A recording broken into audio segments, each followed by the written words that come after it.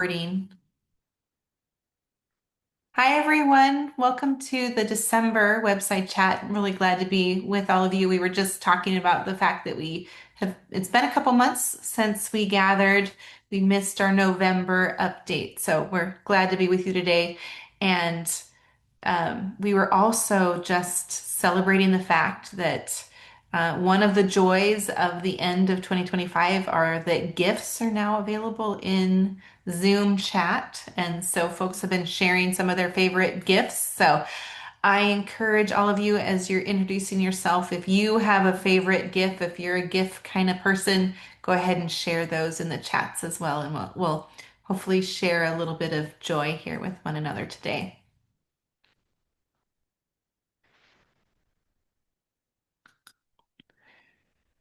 So just a reminder as we get started, please do, as you're joining us, rename with the name of your name and the name of your library or town so we know who all of you are and are joining us. And as always, I really want this to be an engaging opportunity, so please feel free to share any questions that you have with all of us. Really appreciate that. So. A little bit about what we have on tap for us today. We'll share some updates from this week's commission meeting, including some of the administrative rules work that they've been doing. An update on IMLS funding. You may have seen an update from about a week ago or so. We're going to talk a little bit about the public library survey process that we at the state library, and particularly Rebecca is still very much in the middle of, but that most of you have wrapped up at this point. And we're going to share some good news from the state library. The commission did hold their December business meeting on Wednesday, and they took action to adopt changes to two different administrative rules. The first one is the open hours standard. We've talked about this change in our most recent website chats. The commission proposed changing the number of hours required for libraries to be open. That open hours standard, which is contained in Administrative Rule 10.102.1159, was heard through public comment, and the commission had a public hearing on November 3rd, followed up on the comments they received on November 12th, and then ultimately took action to adopt a slightly revised version of the rules from what they proposed. We'll take a look at that in just a minute.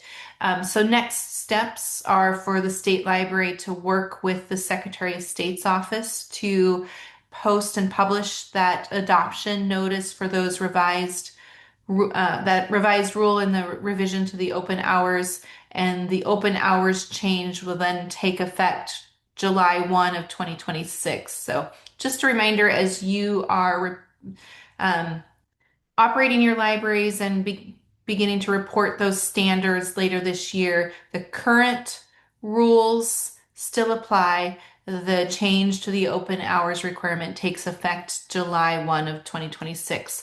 So let's take a look at what that final rule looks like. So this is what's contained in the adoption notice that will be published with the Secretary of State's office in January. Again, the commission adopted a slightly revised version of the rule from what was originally proposed back in September. So the notice says that the rule was the amendment was with changes. And just to remind you what the commission adopted, they adopted some language changes in that section one. Instead of having the number of hours be reported on a weekly basis, what is required now is that the libraries report the number of hours on average as reported in your public library survey.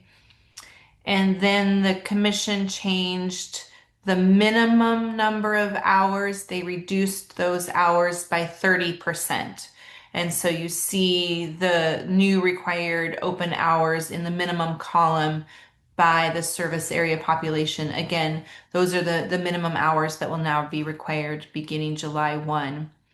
And then the other change that the commission made was in that heading on where it says recommended. Previously, that said desired or desirable.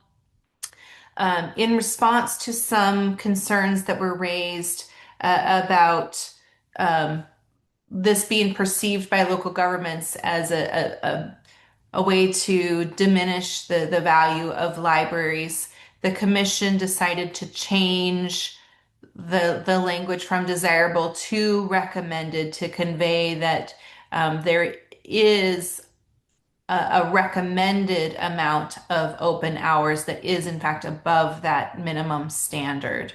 And so those were the changes that were made in that open hours standard. Again, that takes effect on July 1 of 2026.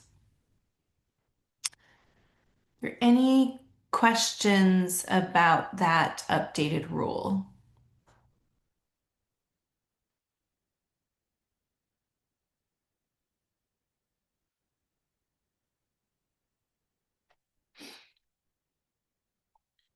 Okay. I want to spend a little bit more time talking about certification and the certification uh, rule changes and next steps because this is a little bit more complicated than the change that was made to the open hours standard. The commission took action to update the administrative rule pertaining to certification on Wednesday. We'll take a look at what that rule change looked like in just a minute. But this is more of there's sort of a two-step process involved in the changes that the commission is considering with regard to CE and certification. The first step was amending those administrative rules. And then the second step is updating the policies that govern how we administer the certification program.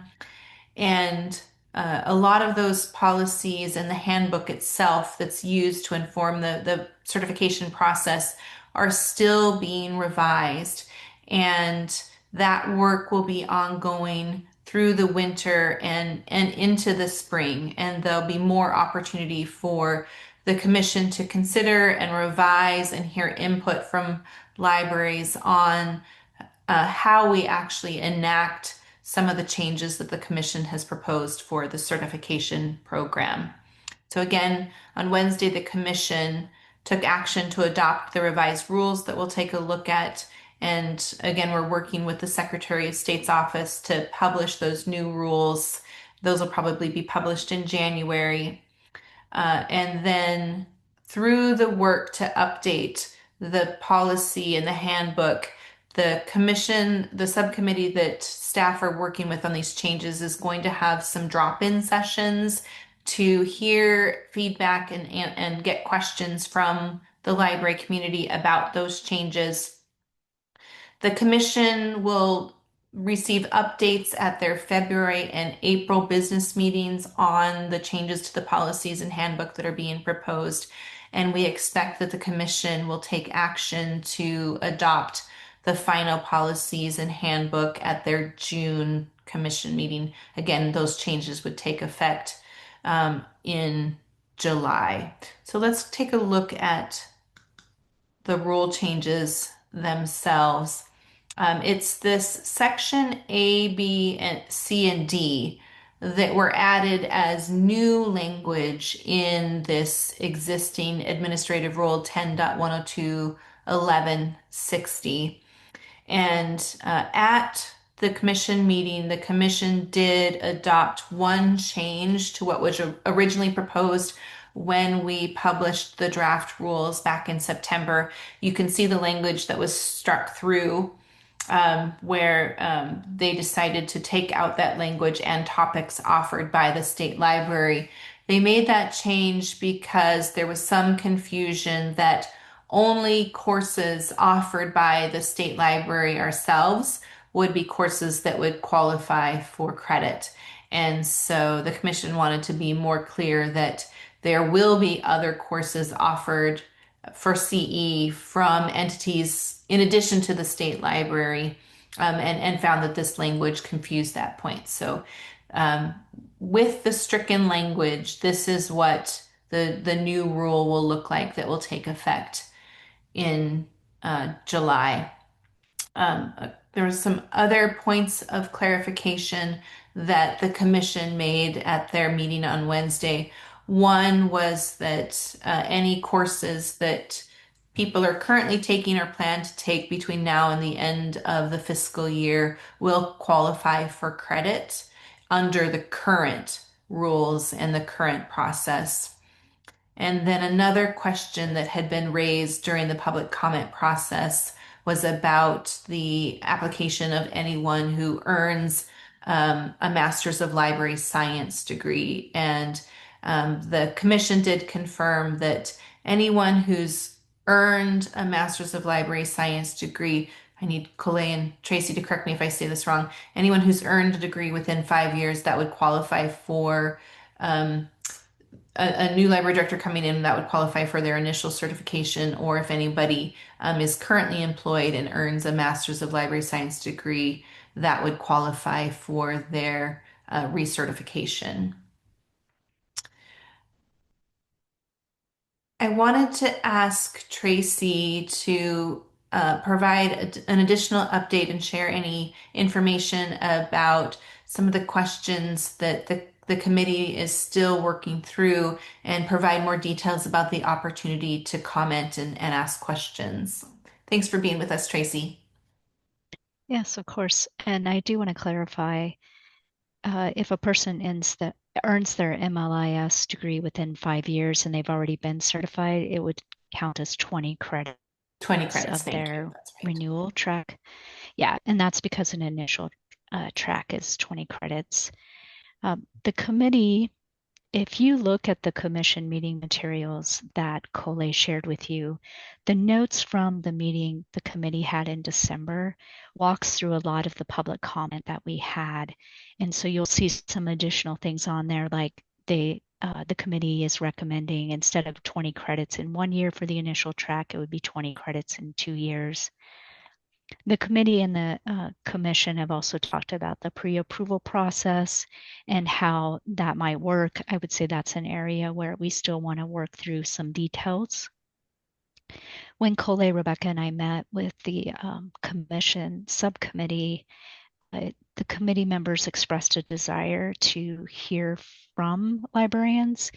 And so we shared that in the past, we have done these drop-in sessions that Jennie mentioned earlier in the timeline. And that will be an opportunity for you to hear what the committee's thinking, to ask questions, because I think committee members have found those questions valuable for thinking about the details of how this is going to be worked out, and to be able to give you a chance to let us answer some of the questions that you might have as well. The committee, I think, has a couple of areas.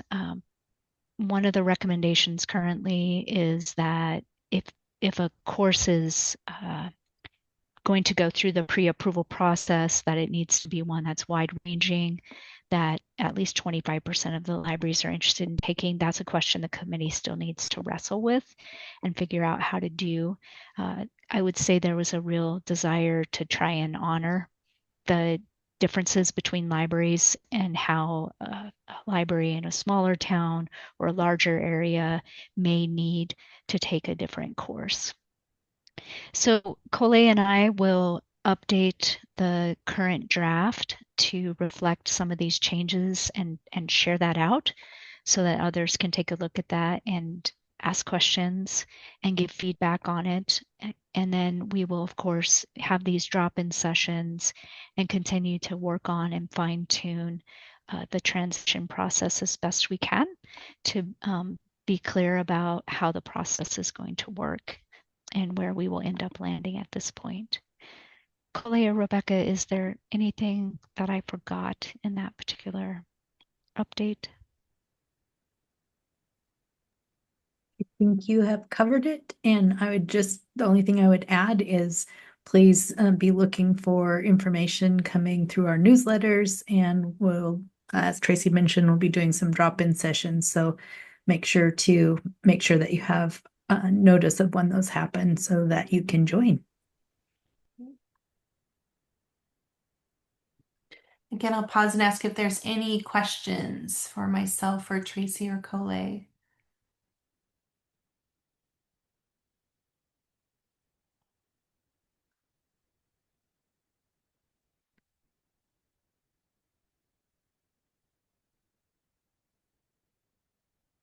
All right. So I sent an email out to Wired a few days ago just with an update that IMLS has announced that after further review, they've reinstated all of their federal grants that were previously paused or terminated.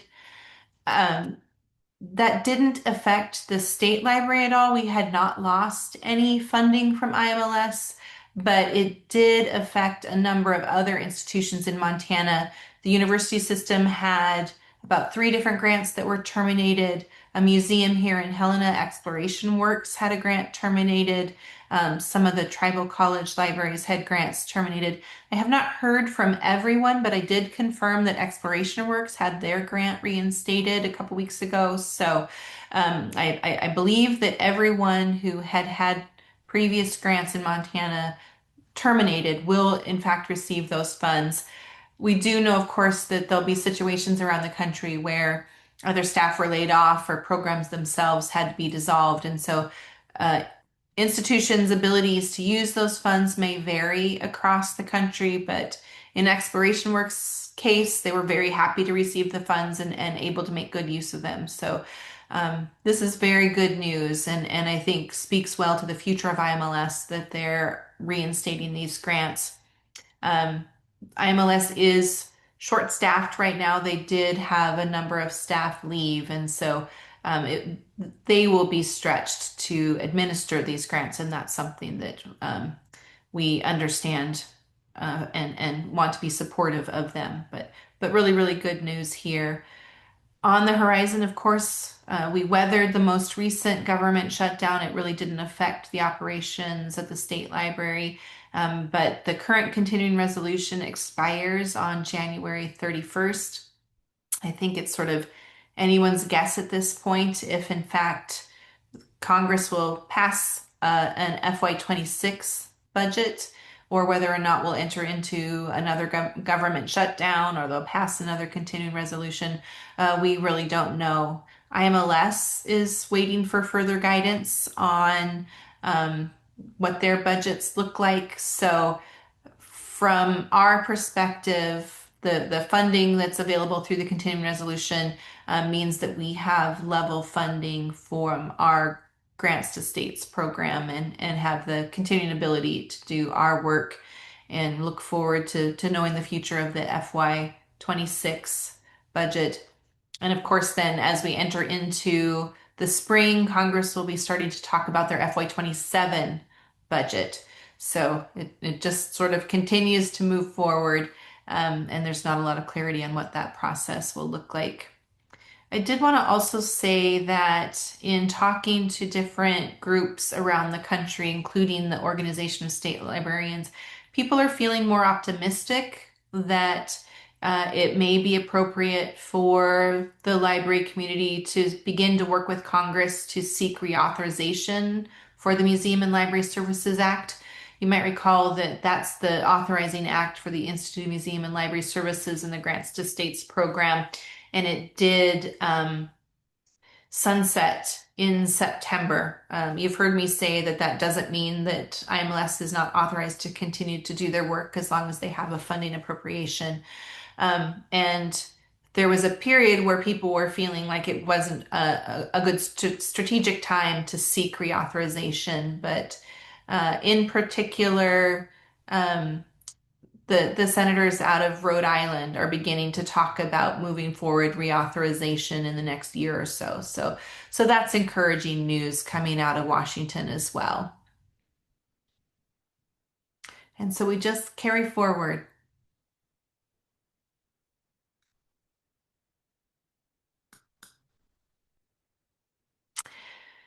I wanted to thank all of you and congratulate all of you for completing this year's public library survey for 2025. All public libraries and 4 tribal college libraries completed the survey by December 5th, so on time. So thank you very much. We know that that's a significant level of effort for all of you, but it's so important to our understanding and planning for library services here in Montana. As I mentioned, that means that Rebecca's work continues. She's currently in the process of validating the data and reviewing any annotations to the data. It's then her job to submit Montana's data to the National Data Portal. That will happen sometime in February or March. That data then is reviewed by the contractor AIR that IMLS contracts with. And if there are any questions, Rebecca's job is to respond to those questions. In some cases, that may mean that she actually has to reach out to some libraries to get some additional information. We anticipate that our public library survey data will be certified in April, and then Rebecca will be working to make sure the state library's public library survey dashboard is updated. And again, she's targeting the end of April to have that work done. So significant effort, but I hope you all agree that the resulting data and our ability to use that data is well worth the effort. And I really want to thank Rebecca for all of her support and leadership in that effort.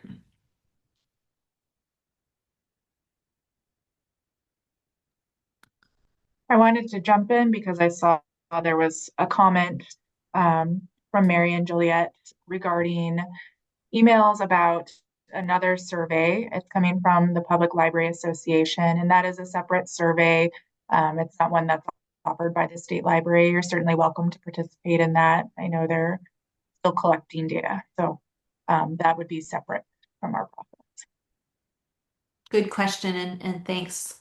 Thanks, Rebecca.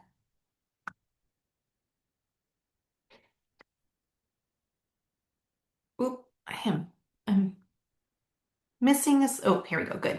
Um, One thing you might not know is that the public library survey and the data that we collect here in Montana does go through a regular review process. Rebecca's on a committee that looks at all of the public library survey questions that go out, and through that committee, the committee considers adding new survey questions for changing and improving services. They will recommend deleting some survey questions and making additional changes. And so we wanted to give you sort of a preview of what is coming for the 2026 Public Library Survey. There's more a focus on meeting spaces that libraries are offering.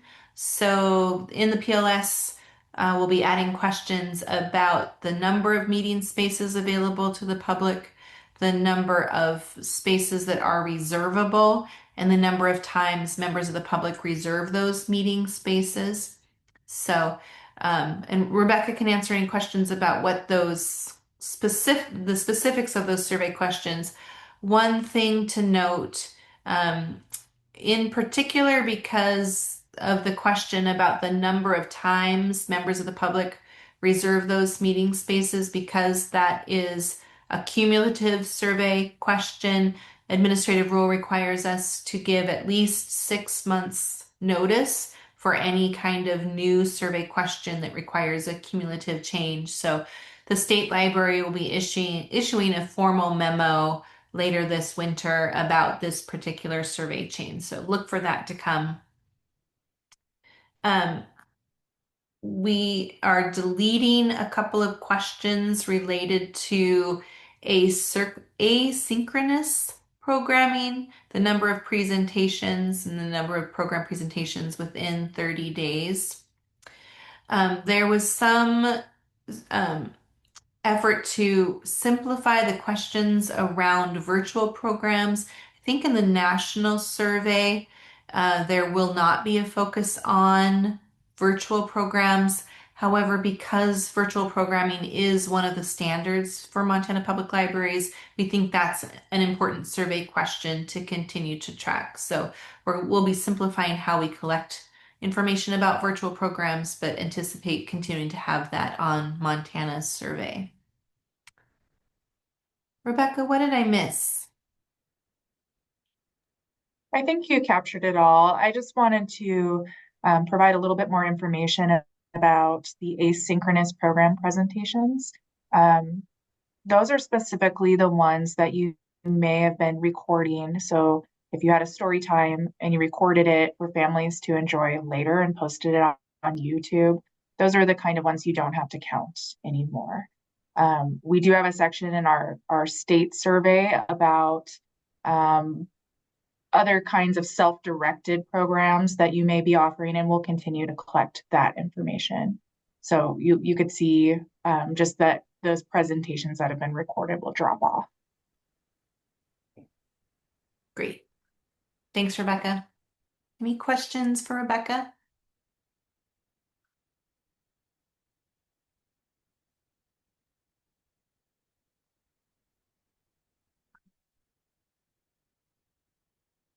All right.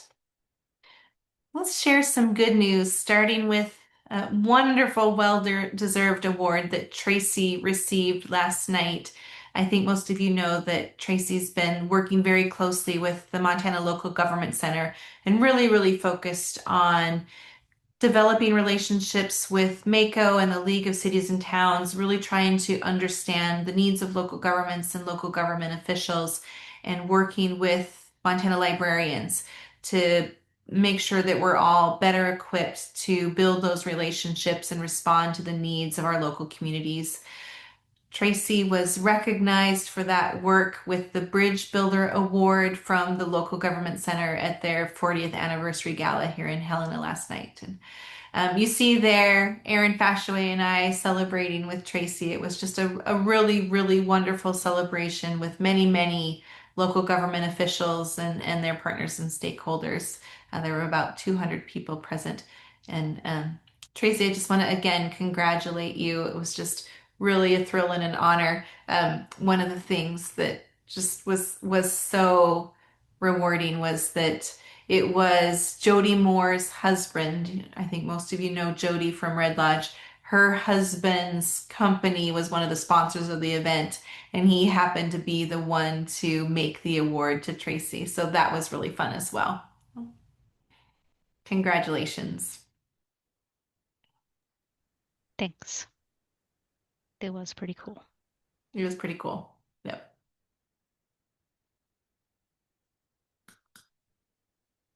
And then just a couple of other pieces of good news from the State Library, things that we're excited about. There was some recent press about some of the early literacy efforts that Bobby and Corey have been leading. First, Corey met with inmates and staff from the Montana Department of Corrections at the facility here in Boulder, working with incarcerated mothers to record a book, and then that book is sent to their children. What was new about that program this year is that with grant funding from the Department of Public Health and Human Services, we were able to, I have no idea what just happened to our PowerPoint. Oh, that was me. I'll get it right back. That's just fine. With this grant funds, they were able to purchase some additional video equipment.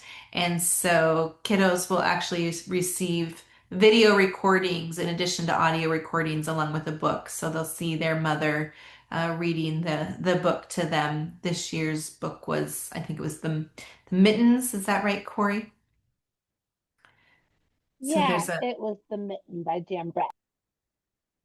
And there's a link there in the PowerPoint to some video about the program. So I encourage you to check that out.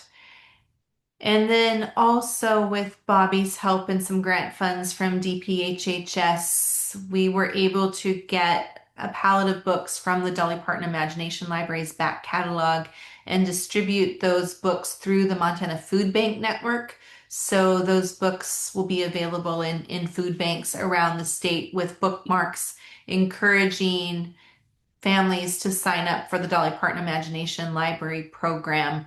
And there was some really nice press about that program in the Fox News outlet up in Great Falls with a news story from the Cascade Food Bank. We're just really excited about those efforts and the work that we're leading on to support these kinds of really important statewide early literacy efforts and reaching communities that may not be otherwise well served. So, Bobby and Corey, thank you so much for that effort.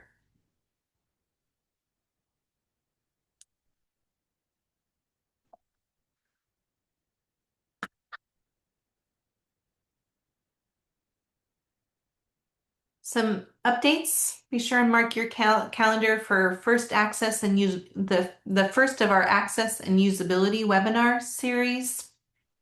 Again, as Tracy and Colette said, be sure to watch out for the drop-in sessions for the certification policy program. And as always, watch Aspen's events calendar and our newsletters for more updates and learning opportunities from the State Library.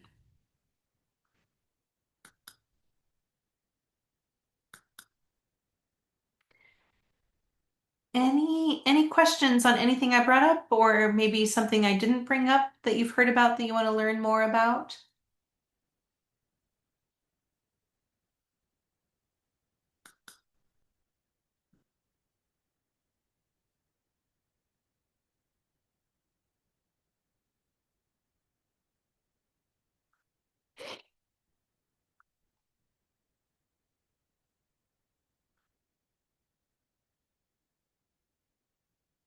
All right. Please be sure to take our survey so we can continue to improve our learning opportunities. And as Colette said, happy holidays, everyone. It's always a pleasure to get together with you.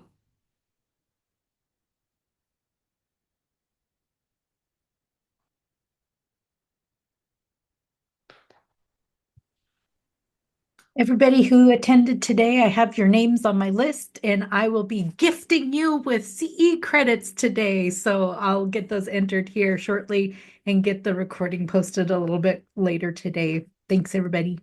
CE credits for everyone. Woo! Happy New Year.